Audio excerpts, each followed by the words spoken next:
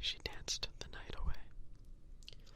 If her decomposing corpse dug her way through the dirt and crawled her way into your bed, would you hold her, or would you scream?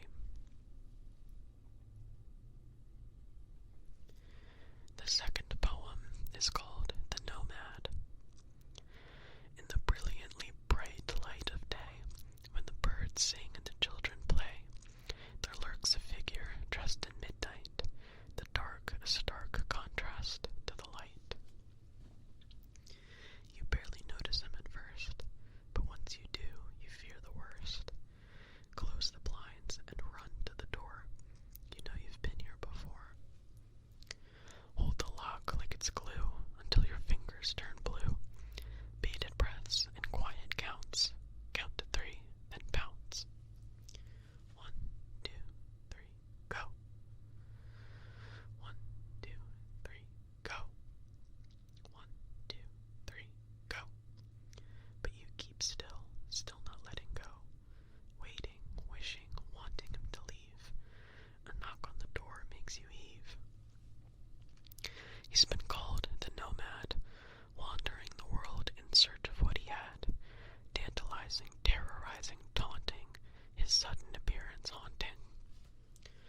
Unlock your door for the Nomad, a terrifying, unlikely comrade. He wishes not to kill, but to remove his heart's chill. What if there's more, you say? Let one in and the rest will pray. But is that really true? Or will they thank you? You lock the door to keep away the men, but once they're in, you lock the door again. Tell me, how do you expect them to flee if they have no way out, no key? Unlock your door for the Nomad. You won't feel happy, nor sad. With him, you'll feel at peace, and your worry will release. He'll grab a cup of tea and sip it slowly. His lips will turn up into a smile, and he'll be gone for a while.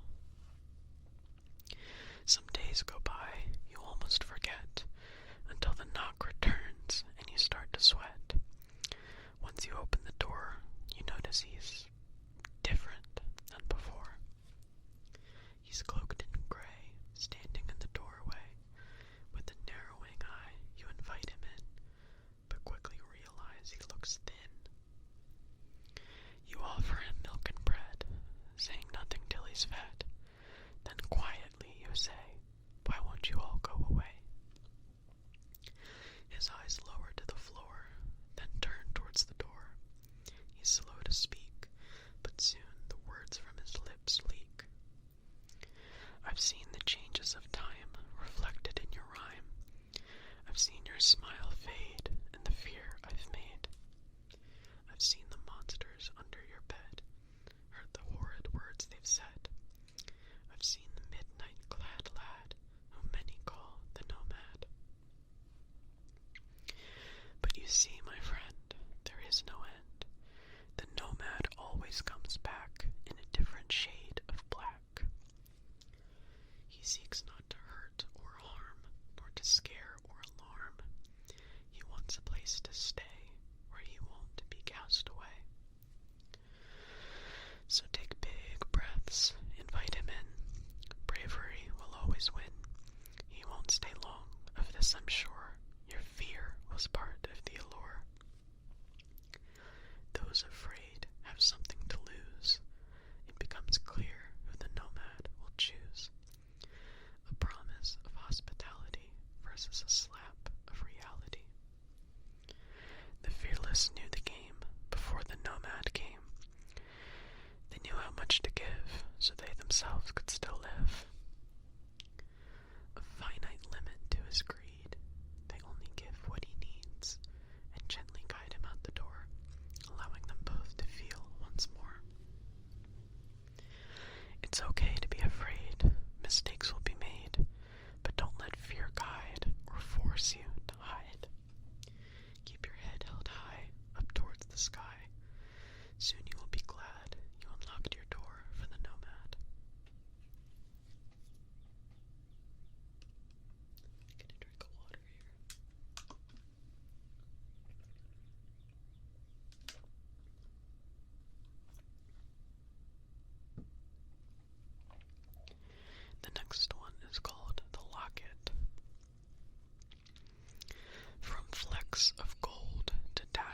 of silver, a heavy weight in heart and hand. The weight of your secrets, your tears, your soul, hanging around my neck, a heavy weight indeed. Cool metal making masses flee, warmed by my skin, guarded by my shirt, surrounded by my hand. A reminder. Don't judge a book by its cover. What if there is no cover? Lying flat on a table, pages bared and open for all to see. No shield, only authenticity. Why bother? A cover gives a preface, a start to the journey, the work manifesting the story's livelihood. Why bother? My friend, a cover is nothing but lies, painting a picture of simplicity amidst chaos. Carefully drawn fields, perfectly sculpted trees, a rising sun. You pick up the book. Rows of remains rotting beneath the grass, hundreds of ants marching along the bark, a setting sun. You move on. Why? Cadavers need a place to rest. Ants need food to survive. The sun cannot always rise, yet we shudder at their presence. The tick, tick, ticking of my heart, counting down my eventual end, until I may see you again and feel your arms around me. Until then, my friend, I keep your essence safe from the nags of the world and their selfish lies.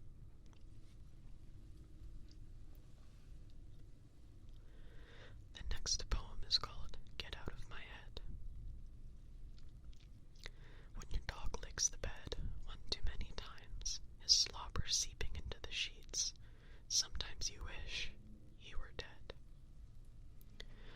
But then you remember he's near the end.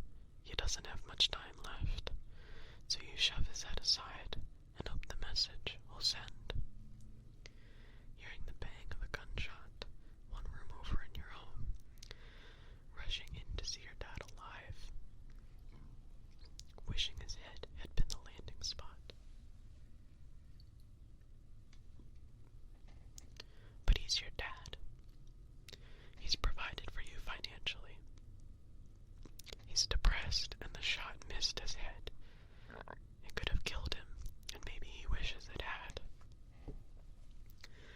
Driving to school in the pitch black of dawn, sleep in your eyes, barely awake. A sharp tug at the steering wheel, and you'd be gone. But there's other cars on the road. You're not alone. You put your foot on the brakes, and the car slowed. Lying in your bed as the sky grows dark, needing to feel something, anything, remembering the razor in the desk and the flesh it would mark. But you've been there before. This path wasn't bright. Oh, how your mom would sob, so you sleep a little more. Typing every word that pops into your head. Capital HEAD, exclamation point, enter. Missing the whole of the conversation. Typing capital DEAD, exclamation point, enter instead. But there's no use in that. You're so young. Your whole life is ahead of you, so you sweep the thought under the mat. 3 hours after dinner, and your stomach makes the call. You're too fat already. A pig. Starve yourself. You'll be thinner. But that's not how this goes. Sure, you'll be thinner,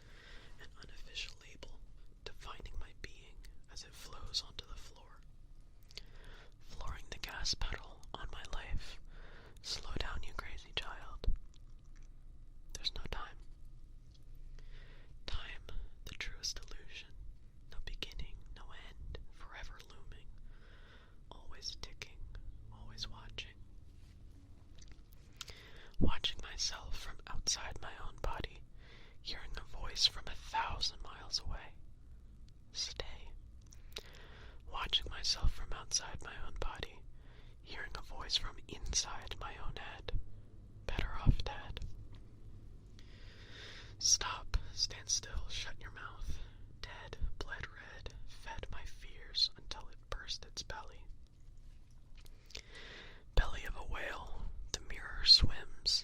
A lifeboat arrives, but the air is gone. Late, late, late. Too late to live, too early to die. I'm stuck.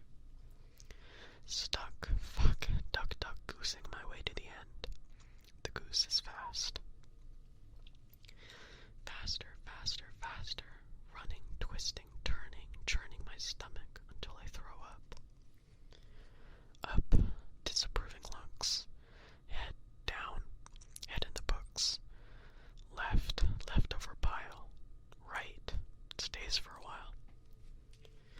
While I'm running, I hear a voice. Turn back now, you have no choice. I stop running, I stop breathing, I stop, stand still, and turn around. Around the bend, I see myself, 5 years older, wearing a smile. I hear a familiar voice echo in my ears. It's my own, spoken without fear. If it is safe to do so, living authentically is always better than hiding your identity. Authenticity, is that not what this is? Depression, anxiety, OCD, is that not me? Come close, my friend, for you shall see. In time, you will be me.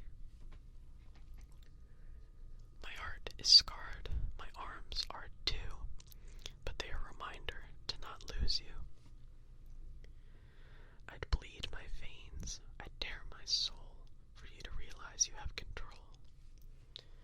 Blood pouring from my veins, dancing down my arms, brilliantly red. It lines the lines of my arms, it tears the tears from my eyes, and replaces them with crinkles and stars.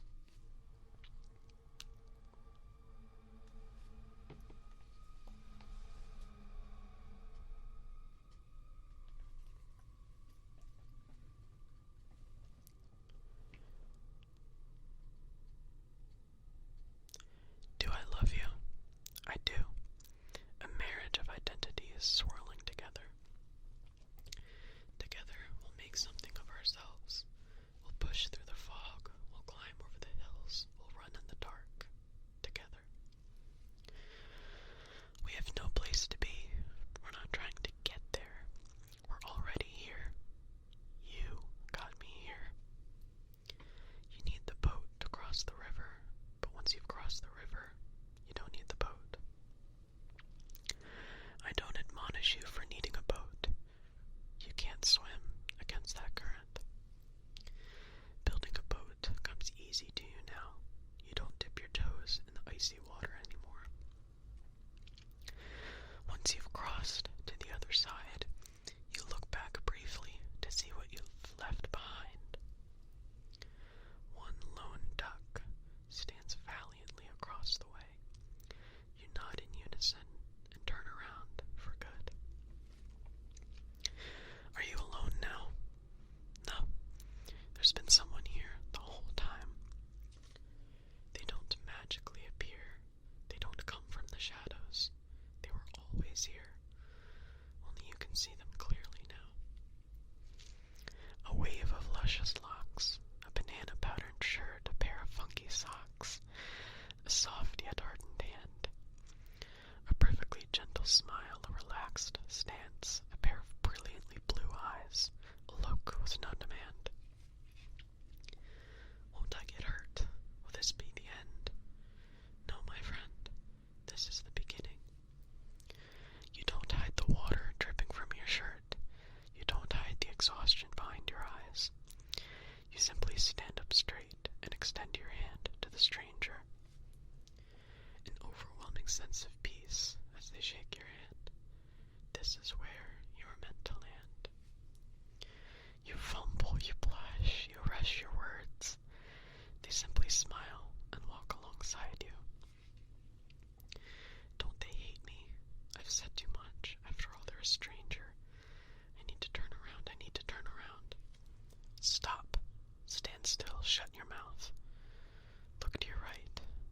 also stopped. A breath in, a breath out. The fear melts away as their gentle smile returns. The sun shines, the birds chirp,